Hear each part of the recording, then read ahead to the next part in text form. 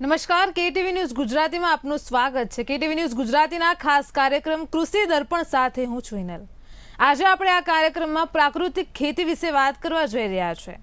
ગુજરાત રાજ્ય એ સમગ્ર દેશ માટે મોડેલ રાજ્ય છે, ત્યારે પ્રાકૃતિક ખેતી અંગે પણ આખું ભારત ગુજરાત પાસેથી પ્રેરણા લે એ હેતુથી ગુજરાતમાં પ્રાકૃતિક ખેતી માટે મિશન મોડ પર કામ શરૂ કરવામાં આવ્યું છે। રાજ્યપાલ આચાર્ય દેવવ્રતજી અને મુખ્યમંત્રી ભૂપેન્દ્રભાઈ પટેલે સીએમ ડેશબોર્ડના માધ્યમથી તમામ જિલ્લા કલેક્ટર્સ અને જિલ્લા વિકાસ અધિકારીઓ સાથે સંવાદ કરી ગુજરાત રાજ્યના આગામી સ્થાપના દિવસમાં ગ્રામીણ કક્ષાએથી શરૂ થનારા પ્રાકૃતિક કૃષિ અભિયાન વિશે વિસ્તૃત માર્ગદર્શન આપ્યું।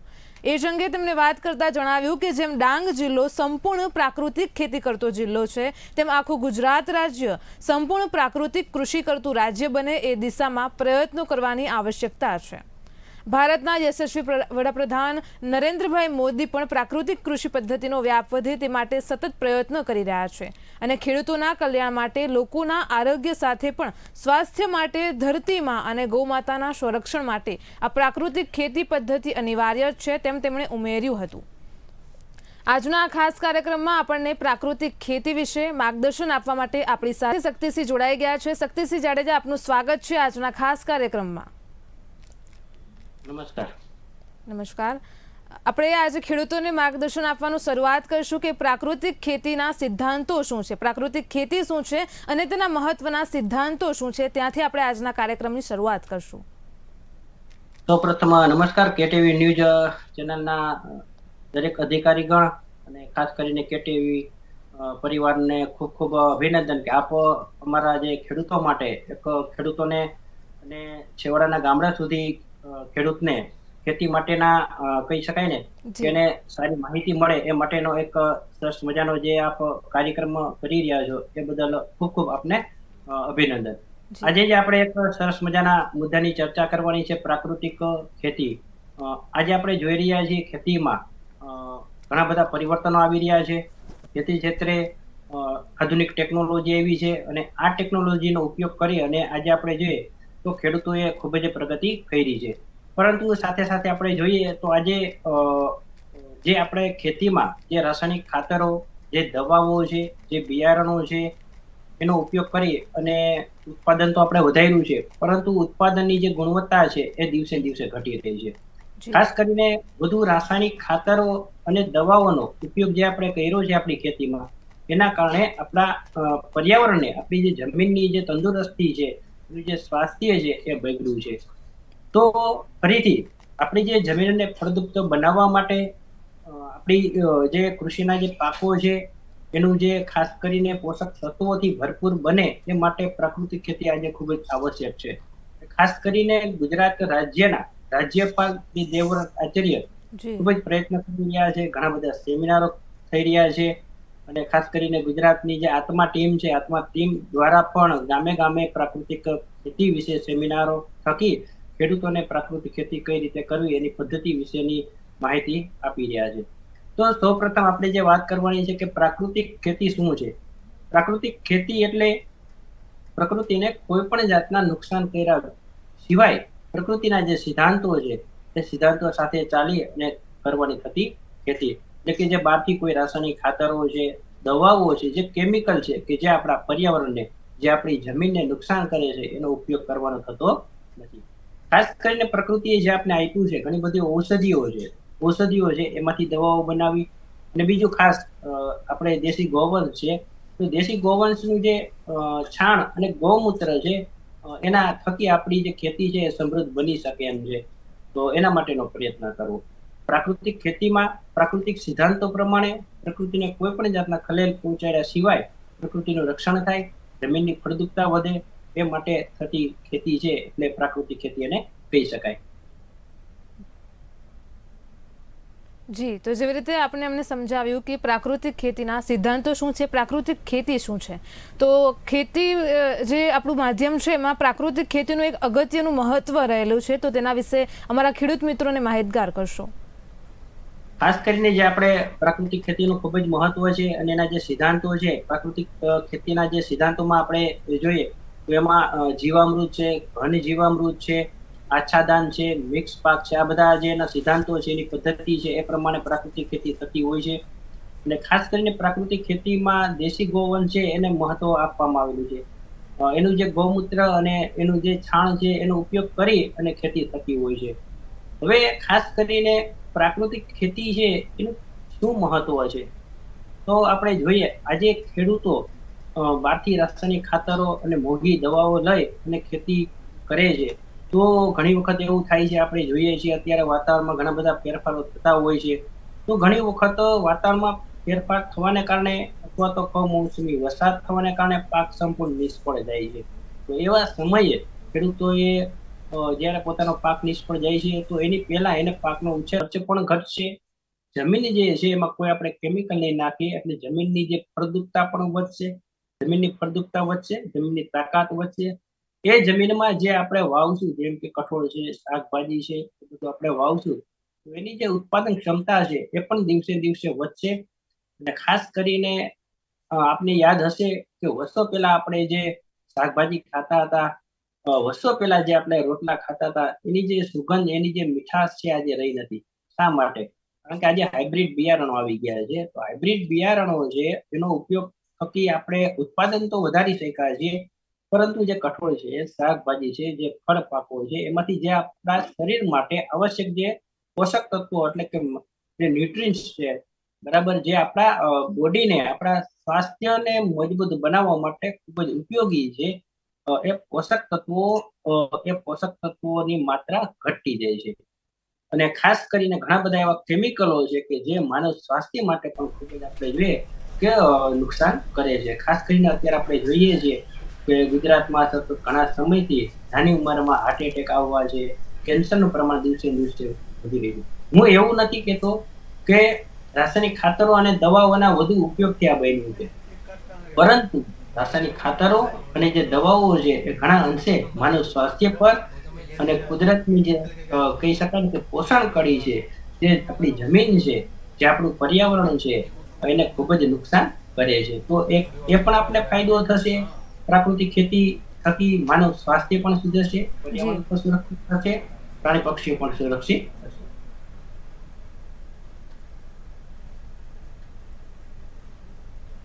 તો જેવી રીતે આપણે સમજાવ્યું કે પ્રાકૃતિક ખેતીનું મહત્વ શું છે, ખેડૂતોને એના વિશે ખૂબ જ જરૂરી એવું માર્ગદર્શન આપ્યું. સાથે જ હવે આપણે પ્રાકૃતિક ખેતી અને એમાં પાકનું મૂલ્યવર્ધન કેટલું છે, કેટલું જરૂરી છે, એના વિશે ખેડૂતોને વાત કરશું. આજે રાજ્યપાલ દેવવ્રત આચાર્યના પ્રયત્ન થકી જી. ગુજરાતના ઘણા બધા ગામડાઓમાં પ્રાકૃતિક ખેતી કરતા ખેડૂતોની સંખ્યા દિવસે દિવસે વધી રહી છે. જી. ખેડૂતો પ્રાકૃતિક ખેતી કરે છે, જે ઉત્પાદન લે છે, એ જે પાક છે, આપણે ઘણી વખત સાંભળીએ છીએ કે ખેડૂતોને પૂરતા ભાવ મળતા નથી. ખાસ કરીને આ ભાવનો એક પ્રશ્ન હોય છે. ખેડૂત ઉત્પાદન તો કરી જાણે છે, પરંતુ એને યોગ્ય ભાવ મળતો નથી. આપને ખ્યાલ હશે કે દરેક ક્ષેત્રમાં દરેક વ્યક્તિને જે વસ્તુનું નિર્માણ કરે છે, જે વસ્તુનું પ્રોડક્શન કરે છે, એને એ વસ્તુનો ભાવ નક્કી કરવાનો અધિકાર એમને હોય છે. દુનિયામાં માત્ર ખેડૂત જ એક એવો વ્યક્તિ છે કે જે ઉત્પાદન કરે છે એનો ભાવ બીજા નક્કી કરે છે. તો ખાસ કરીને હું એક બાબત એ કહીશ કે ખેડૂત જ્યારે વેપારી બનશે ત્યારે કૃષિ ક્ષેત્રે પ્રગતિના દ્વાર ખુલશે. એના માટે પ્રાકૃતિક ખેતી કરતા ખેડૂતો, મારા જેવા ઘણા બધા ગુજરાતમાં હજારોની સંખ્યામાં જે પ્રાકૃતિક ખેતી કરતા ખેડૂતો છે, એ બધા જે પોતાનો પાક છે એનું મૂલ્યવર્ધન કરવું જોઈએ. ખાસ કરીને આપણે જ્યારે કોઈ પણ વસ્તુ હોય છે, જેમ કે આપણે વાત કરીએ બટેટા છે, બટેટા બજારમાં આપણે વેચવા જઈએ તો આપણે એટલો બધો ભાવ મળતો નથી. જેમ કે 5 રૂપિયા છે, 10 રૂપિયા છે પર કેજી ના મળતા હોય છે. જ્યારે એની વેફર બનાવવામાં આવે છે એ 1 કિલો વેફરના 300 થી 500 રૂપિયા સુધીના આપણે પ્રાપ્ત થતા હોય છે. તો એવી રીતે જે દરેક પ્રાકૃતિક ખેતી કરતા જે ખેડૂતો છે અને આવનાર સમયમાં જે પ્રાકૃતિક ખેતી ખેડૂતો કરવાના છે, એ પોતાના ખેતરમાં ઉત્પાદિત વસ્તુઓ છે એનું સરસ મજાનું ગ્રેડિંગ કરી, પેકિંગ કરી, લેબલિંગ કરી અને પોતે અત્યારે તો ખાસ સોશિયલ મીડિયા છે, ફેસબુક છે, ઇન્સ્ટાગ્રામ, યુટ્યુબ, આવા સોશિયલ મીડિયાના માધ્યમો થકી આપણે જે વસ્તુઓ છે એનું માર્કેટિંગ કરી સીધા ગ્રાહકો સુધી આપણે વસ્તુઓ પહોંચાડવાનો પ્રયત્ન કરીએ. આપણે મોટા મોટા મોલમાં જઈએ તો ત્યાં કઠોળની જે અલગ અલગ જે દાળ હોય છે, જે બધા મસાલા છે, જેમ કે મરચા પાવડર છે, હળદર પાવડર છે, એ ખૂબ જ આપણે મોંઘા મળતા હોય છે. તો ખેડૂતની જે વસ્તુઓ છે એ યાર્ડમાં આપણે જોઈએ કે ખુલ્લી બજારમાં ખૂબ જ નીચા ભાવે વેચાતી હોય છે. તો ખેડૂતોએ જો પૂરતો ભાવ લેવો હશે તો પોતાની જે વસ્તુ ઉત્પાદિત કરે છે એનું મૂલ્યવર્ધન કરવું પડશે. મૂલ્યવર્ધન થકી એની આવકમાં પણ વધારો થશે અને એને સારા ભાવ પણ મળશે. જેમ કે મગફળી છે તો મગફળીનું સિંગતેલ કરી શકાય, મરચીની ખેતી કરતા હોય તો મરચા પાવડર કરી શકાય, હળદરની ખેતી કરતા હોય તો હળદરનો પાવડર બનાવી શકાય, ટમેટા વાવતા હોય તો ટમેટાનો સોસ બનાવી શકાય, સિંગ દાણા છે, સિંગ દાણા પણ આપણે બનાવી શકીએ છીએ, કઠોળની અલગ અલગ દાળ પણ બનાવી શકીએ છીએ. તો આવી ખેતીના જે બધા પાકો છે એમાંથી ઘણી બધી નમકીન છે, ઘણા બધા આપણે કહી શકાય કે એમાંથી બધી વસ્તુઓ બને છે. તો ખેડૂત તરીકે પણ આપણે નાના પાયે આવા આપણા વાડીએ જ આવા નાના ઉદ્યોગો આપણે સ્થાપીશું તો આપણો જે ઉત્પાદન, જે આપણો પાક છે એનો જે આપણે જે સમસ્યા છે એ ભાવની સમસ્યા પણ દૂર થશે, આપણે સારો ભાવ પણ મળશે, ગૃહ ઉદ્યોગ સ્થાપશું જેથી આપણા ગામના લોકોને એક રોજગારીનો વિકલ્પ પણ મળશે અને ગ્રાહકોને સારી વસ્તુ પણ પ્રાપ્ત થશે. દરેક ખેડૂતોએ પ્રાકૃતિક ખેતીથી ઉત્પાદિત જે વસ્તુઓ છે એનું મૂલ્યવર્ધન કરતા શીખવું જોઈએ અને ખાસ કરીને કૃષિ યુનિવર્સિટીઓ છે એમાં ખાસ કરીને દરેક કૃષિના પાકો છે એમાંથી આપણે શું શું બનાવી શકાય એની સરસ મજાની આપણે જો કે ટ્રેનિંગ પણ આપવામાં આવે છે ખેડૂતો માટે. ફ્રી ઓફ ટ્રેનિંગ એની આપવામાં આવે છે અને અત્યારે સોશિયલ મીડિયાના માધ્યમ થકી પણ આપણે યુટ્યુબના માધ્યમ થકી પણ આપણે જે પાક વાવ્યો હોય એમાંથી આપણે શું બનાવી સરસ મજાની માહિતી અત્યારે ઉપલબ્ધ છે. જી, તો જેવી રીતે શક્તિસિંહ આપણે વાત કરી પ્રાકૃતિક ખેતીમાં પાકનું મૂલ્યવર્ધન શું છે, તો આપણે જાણીએ છીએ કે પ્રાકૃતિક ખેતી દરમિયાન જમીનમાં પુષ્કળ પ્રમાણમાં અળસિયા આવતા હોય છે અને જે જમીનને છિદ્રાળુ બનાવે છે, જેના કારણે આ વરસાદનું પાણી જે હોય છે તે રિચાર્જ થતો હોય છે. માટે ખેતરનું પાણી ખેતરમાં જ, આ સિદ્ધાંત એ સફળ થતો હોય છે. તો જ્યારે પ્રાકૃતિક ખેતી કરતા હોય છે એટલે ખર્ચમાં ઘટાડો થતો હોય, તો આપણે હવે ખેડૂત મિત્રોને પ્રાકૃતિક ખેતી દરમિયાન ખર્ચ વિશેની માહિતી આપશું કે ઘટાડો વટાડો શું છે. ખાસ કરીને જ્યારે આપણે સરસ મજાની વાત કરી કે આજે આપ જોવા જાવ તો ખેડૂતના જે મિત્ર છે જેમ કે અલગ અલગ પક્ષીઓ છે, બતક છે, સોરી આપણે જે બગલાઓ છે, અળસિયાઓ છે એ ખેડૂતના મિત્રો છે. અને ખાસ કરીને અળસિયું છે એ આપણી જમીનને ખૂબ જ મજબૂત બનાવે છે, પરંતુ આજે રાસાયણિક ખાતરો અને દવાના ઉપયોગ થકી શું થયું છે તો કે અળસિયાની સંખ્યા ઘટતી ગઈ છે. હવે ખાસ આપણે જ્યારે રાસાયણિક ખેતી કરીએ છીએ તો શું થાય છે, તો આપણે હાઇબ્રિડ બિયારણો વાવીએ છીએ તો એક તો મોંઘા બિયારણો આપણે ખરીદવા પડે છે, પછી એમાં રાસાયણિક ખાતરો નાખવા પડે છે અને વધુ ઉત્પાદન આપતી જાતો હોય છે એટલે એને વધુ ખોરાક પણ જોઈએ. તો વધુ ખોરાક માટે આપણે વધુ રાસાયણિક ખાતરનો ખર્ચ કરવો પડે છે, વધુ એમાં રોગો આવતા હોય છે તો વધુ દવાઓ છાંટવી પડતી હોય છે. તો રાસાયણિક ખેતીમાં ખર્ચ વધી જાય છે. જ્યારે પ્રાકૃતિક ખેતીમાં આપણે પ્રાકૃતિક ખેતીની શરૂઆત કરશું, અમુક સમય ધીરે ધીરે થતા આપણી જમીનમાં અળસિયાઓ છે, જે ખેડૂતના મિત્રો છે, એવા ઘણા બધા પક્ષીઓ છે, પ્રાણીઓ છે, એ ખેતીમાં અને જમીનમાં આવવા લાગશે, જમીનને મજબૂત બનાવવા માંડશે. અળસિયા છે તો જમીનમાં આપણે જોઈએ કે ઘણા બધા કાણાઓ પાડશે, જેના લીધે વારંવાર આપણે પિયત આપવું પડે છે. વારંવાર પિયત આપણે આપવાથી શું થાય છે, તો ખેડૂતને વીજળી બિલ પણ વધુ આવતું હોય છે અને મજૂરી પણ વધુ લાગતી હોય છે. ત્યારે પ્રાકૃતિક ખેતીમાં જમીન મજબૂત થઈ જશે, જમીનમાં પાણી જે છે એનું શોષણ છે, એની જે પાણીની સંગ્રહ ક્ષમતા છે એ પણ વધી જશે, જેના કારણે ખેડૂતને ઓછું પિયત આપવું પડશે. રોગ નિયંત્રણ માટે પણ ખેડૂતો પોતાની વાડી પર જે ઔષધિઓ થાય છે એનો ઉપયોગ કરવાનો હોય છે, એટલે રોગ જીવાત માટે એને વધારાની કોઈ દવાઓ લેવી પડતી નથી, ખાતર એને વધારાનું લેવું પડતું નથી. પોતાના જે ગાયો હોય છે તો એનું ગૌમૂત્ર અને છાણનો ઉપયોગ કરી અને ખાતરની જે જરૂરિયાત હોય છે પૂરી કરી શકે છે. તો પ્રાકૃતિક ખેતીમાં ખેડૂતને જે બહારથી ખાતરો છે, જે દવાઓનો ખર્ચ ઘટતો જશે અને ધીરે ધીરે જે જમીનની ઉત્પાદન ક્ષમતા, જે જમીન છે એ તાકાતવાળી બનતી જશે એટલે એમાંથી સારું ઉત્પાદન પણ મળવાની વિપુલ તકો રહેલી છે. તો ખાસ કરીને પ્રાકૃતિક ખેતી એક એવી ખેતી છે કે જેનાથી પ્રકૃતિનું પણ રક્ષણ થશે, માનવ સ્વાસ્થ્યનું પણ રક્ષણ થશે, જમીનની ફળદ્રુપતા પણ વધશે અને ખેતી ખર્ચ જે છે એ ખેતી ખર્ચ પણ દિવસે ને દિવસે ઘટવા માંડશે. જી, તો જેવી રીતે આપણે અમારા ખેડૂત મિત્રોને માહિતગાર કર્યા કે પ્રાકૃતિક ખેતી દ્વારા ખર્ચમાં વધારો ઘટાડો શું છે, તેનાથી ખેડૂતોને કેટલો ફાયદો છે. તો હવે આપણે આગળ વાત કરીશું કે પ્રાકૃતિક ખેતી દ્વારા કુદરતી જે પાણી, જમીન અને પર્યાવરણ છે તેનું ખાસ રક્ષણ થતું હોય છે. તો ખેડૂતોએ આ પ્રાકૃતિક ખેતીને કેટલા પ્રમાણમાં કરવી જોઈએ, આપણા કુદરતી પરિબળોનું રક્ષણ થતું હોય તો તેના માટે આપ ખેડૂતોને માહિતગાર કરશો. ખાસ કરીને પર્યાવરણ તો ખાસ આપણે જોઈએ ને તો અત્યારે આપણે જોઈ રહ્યા છો કે વિશ્વમાં વૈશ્વિક તાપમાન એટલે કે ગ્લોબલ વોર્મિંગ વધી રહ્યું છે.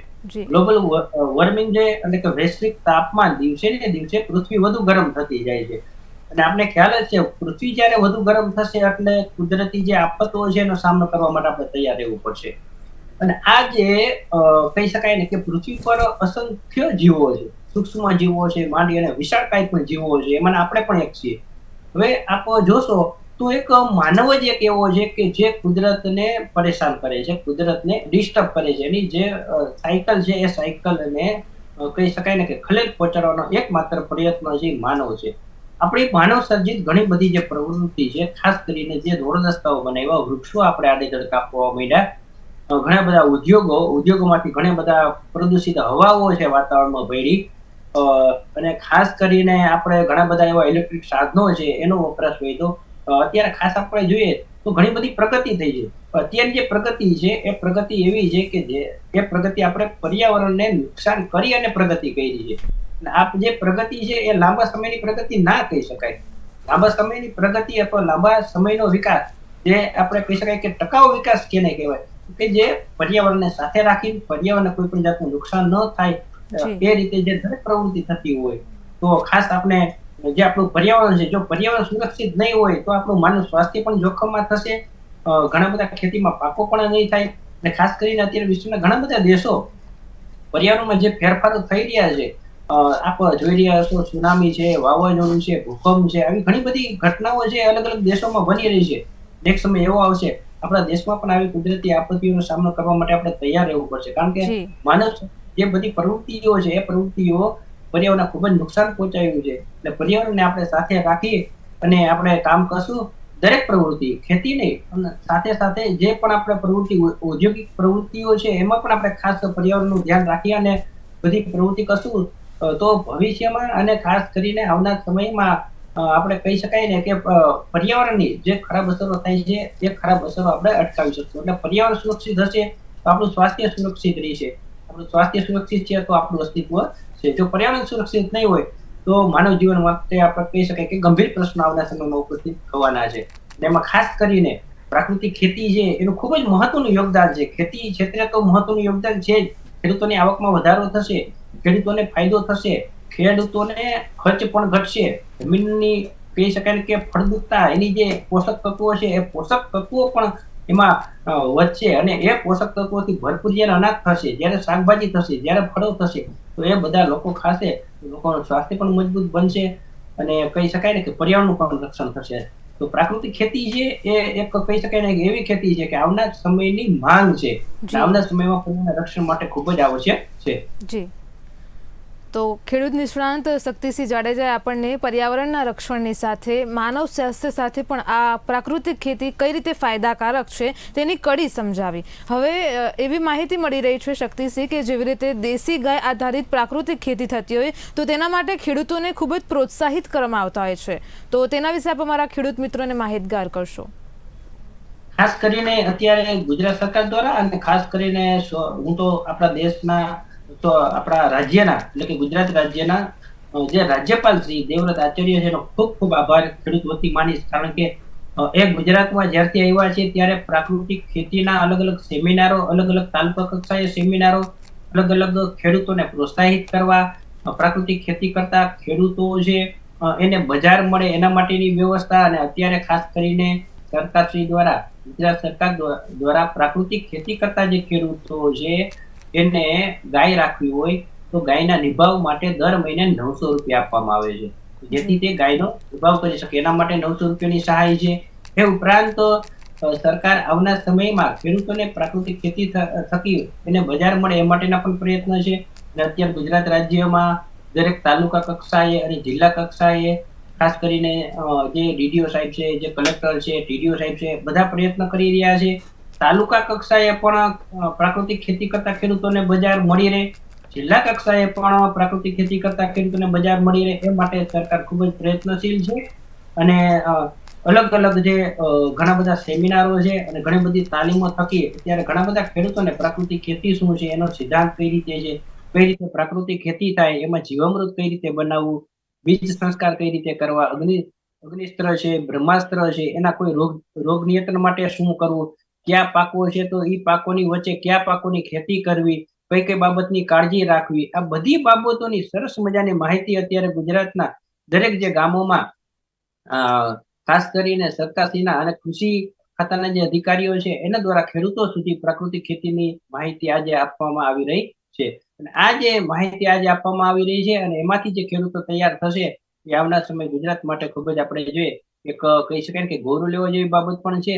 અને ખેડૂત તરીકે કહી શકાય ને કે પર્યાવરણ છે એનું એક રક્ષણ થશે તો એના માટે પણ આપણે ગૌરવ લઈ શકશું. ખેડૂતોને તેમના ઉત્પાદન માટે યોગ્ય માર્કેટ મળી રહે તે માટે હવે તો ગ્રામ્ય કક્ષાએ, તાલુકા કક્ષાએ અને જિલ્લા કક્ષાએ અઠવાડિયામાં તેમને 2 દિવસ ખાસ તો માર્કેટની વ્યવસ્થા ઊભી કરવા માટે સૂચના આપવામાં આવી છે. એ વિશે આપ શું કહેશો? ખાસ કરીને એ એક વ્યવસ્થા ખૂબ જ કહી શકાય ને બહુ મહત્વની છે. ખેડૂતો પોતાની વસ્તુઓ છે એ વેચી શકે. આજે આપણે જોઈએ છીએ કે અમે ખેડૂત જયારે બજારમાં વેચવા જઈએ છીએ તો દરેક જે શાકભાજી છે, આપણે ખાસ બટેકાની વાત કરીએ તો બટેટા 5 રૂપિયા 10 રૂપિયાના કિલો વેચાતા હોય, ત્યાંથી બજારમાં જાય ત્યાંથી અલગ અલગ જે દલાલો છે, વેપારીઓ પાસે જતા હોય, ત્યાંથી શાકભાજીના ફેરિયા પાસે જાય અને પછી ત્યાંથી ગ્રાહકો સુધી પહોંચતા હોય છે, ત્યાં સુધીમાં ડબલ ભાવ થઈ જતા હોય છે. તો ગ્રાહકોને પણ મોંઘા પડતા હોય છે. એની જગ્યાએ ખેડૂત પોતાનો માલ છે એ સીધા જો ગ્રાહકો સુધી પહોંચાડશે અને ખાસ કરીને સરકાર જો આના માટે યોગ્ય પગલાં લે અને દરેક તાલુકા કક્ષાએ અને જિલ્લા કક્ષાએ અઠવાડિયામાં 2 દિવસ છે જે સરકારી જે કહી શકાય કે જે જગ્યાઓ છે તો એમાં ખેડૂતોને આવી બજાર ભરવા માટેની મંજૂરી આપવામાં આવે. ખેડૂત હાટ જો આવા ભરવાની શરૂઆત થશે તો ખેડૂતોને ચોક્કસ સારો ભાવ પણ મળશે અને શહેરના અને તાલુકાના જે લોકો છે એને કહી શકાય કે વસ્તુઓ સારી મળશે, કહી શકાય ને કે સારી વસ્તુઓ મળશે અને કહી શકાય કે ભાવમાં પણ એને ખૂબ જ આપણે જો કે ફાયદો થશે. એટલે કે જો આવી રીતે બજાર વ્યવસ્થા જો ઊભી કરવામાં આવશે તો ખેડૂતોને ભાવનો પ્રશ્ન પણ નીકળી જશે અને ગ્રાહકોને સારી વસ્તુ પણ મળશે અને સસ્તી વસ્તુ પણ પ્રાપ્ત થશે. જી, તો આપે આજના અમારા ખાસ કાર્યક્રમમાં પ્રાકૃતિક ખેતી શું છે, તેના સિદ્ધાંતો શું છે, માનવ સ્વાસ્થ્ય સાથે તે કેવી રીતે સંકળાયેલું છે અને ખાસ કરીને ખેડૂતોએ પ્રાકૃતિક ખેતી કરતી વિશે કયા કયા પગલાં લેવા જોઈએ તેના વિશે અમને માહિતગાર કર્યા. તે માટે આપનો ખૂબ ખૂબ આભાર. તો ગુજરાત રાજ્યને હવે પ્રાકૃતિક ખેતીમય બનાવીએ અને દેશમાં પ્રાકૃતિક ખેતીમાં નંબર 1 બનાવીએ, તે જ અમારા આજના ખાસ કાર્યક્રમનો ઉદ્દેશ્ય હતો. ફરી મળીશું એક નવા મુદ્દા સાથે. ત્યાં સુધી જોતા રહો KTV ન્યૂઝ ગુજરાતી. નમસ્કાર.